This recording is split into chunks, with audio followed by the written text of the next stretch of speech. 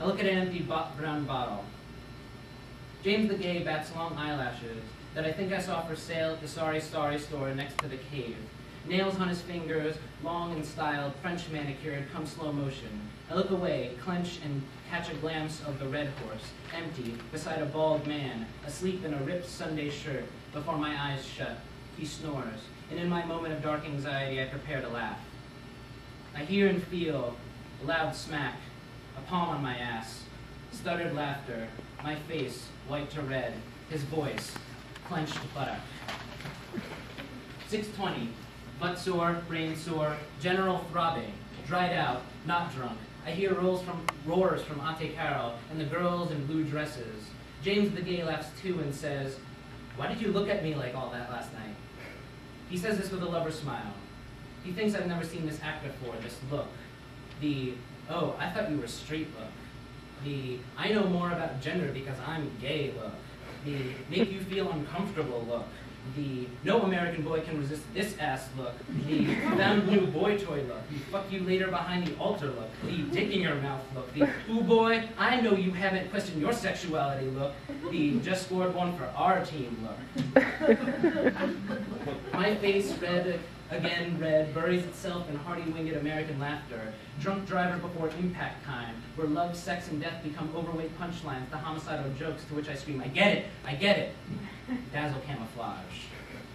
But honestly, he wants to fuck me, which I find uncomfortably familiar and at least maximally inconvenient.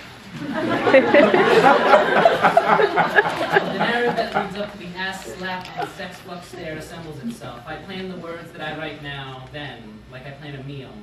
It is a winnerless talent show dream. I am VIP, front row, my ass on slap. I sit, smile, nod, and clap at a dirty stage inside a filthy gymnasium. I do this Americanly, like you, now. Smile, front row, stolen from the secrecy of my back of the gym perch, because Ursula, goddess of fat, drags me to the front by the arm. Her light brown flab has taken my eyes, and I cannot blink. My will lost to her jiggle. I ignore the good-natured grin I imagined she had, and any motherly warmth emitted from her cleavage. Hypnotized, locked in, a zombie without lips, my smile becomes prison and sanctuary. I shake hands, meet unimportant people, sit, smile, nod, and clap, next to a priest, Father Roland, who has traveled the world and now sits next to me, smiling, nodding, and clapping. Dazzle camouflage. He breathes heavy as if to sigh and whisper, "I know, I know." Act after act, I am supposedly entertained. Ursula sits next to me, and I can feel Father Roland's calm, mocking sense of relief that I must bear the brunt of her commentary. She turns to me so that her leg fat hugs my thigh. I think of an amoeba at Sunday brunch. She leans over to my ear, and flashes of sexy pornos flicker from her sun-spotted cleavage. I forgot to mention the air. It is hot and humid, which does not quell her car crash of boob sweat that I rubberneck toward and fight vigorously away. Must turn head, look at stage, don't drop, smile, listen, and nod.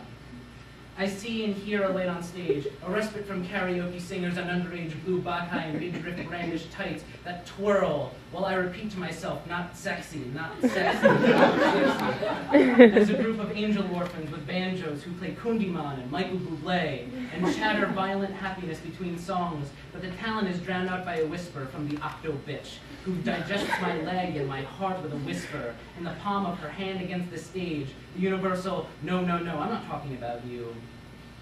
"Orphans," she releases, with pursed lips and good intentions. "Really?" I responded in my head. And I don't know if it's Ursula's whisper or the orphan's happy chatter that has left the stage, but I have cracked, broken, like a silent room after the anonymous everyone bellows out wild, contagious laughter and waves of flailed arms, and people are left there, polite and dressed nicely, fueled by any residue of booze. But I am not drunk, just broken, silent. I think of my mother and want to call her. I want to ask how she smiles for so long, meeting and greeting every upper-middle-class asshole who wants to buy a fucking house. Hour after hour of grins, cookies baked in long-forgotten homes, furniture loans, handshakes. I could never sell houses. James the Gay swaggers on stage's Carmen Miranda in a serious nipper-skirt. An army of grass-skirted cannibals dance to his rear. I sit and smile, coma-perched. I don't even nod anymore, just breathe and smile. My white face does not move, aimed at the gym stage. I watch the banal passion. Beat kept by tribal drums, blasted over megaphone stereos, grainy, scratched, cracked. Hips sway, brows angle inward, dull fire, flat love, a blah man's. And to make matters worse, the gelatinous amoeba returns, to devour my thigh, my life. I figure Ursula is here to finish me off, to give me a merciful death, end my pain, my ennui anguish. Kill me off, I welcome it, I almost yell aloud. But she drapes another whisper over me, my elbow in her breasts, her lips in my ear, knives that I wait for her to slice and drain me of my corvid blood. He is the gay. She whispers into my ear. Her lips pursed again in James's direction.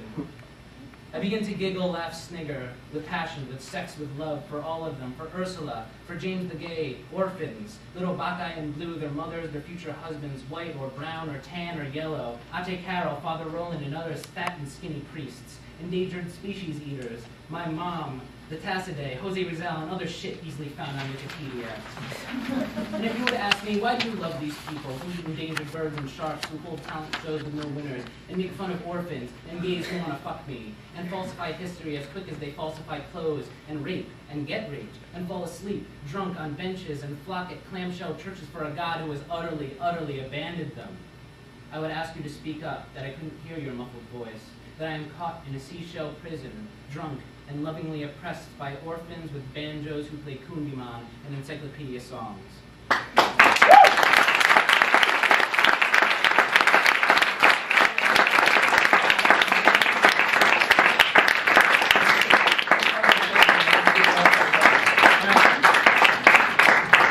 Sorry that took so long. Sorry. I guess I just kind of read a paragraph then? I write with a mild sense of dissociated identity. Speak more. Okay. When I read, I read with the moment. I try and take the frame of what's going on right now and apply it to the writing that I wrote then, which was through a frame that was a now. So it's really 3 frames in one of now, of then. So I think that is the main purpose of me writing those poems that are clearly, I think, in conversation with each other. Thank you. Very good.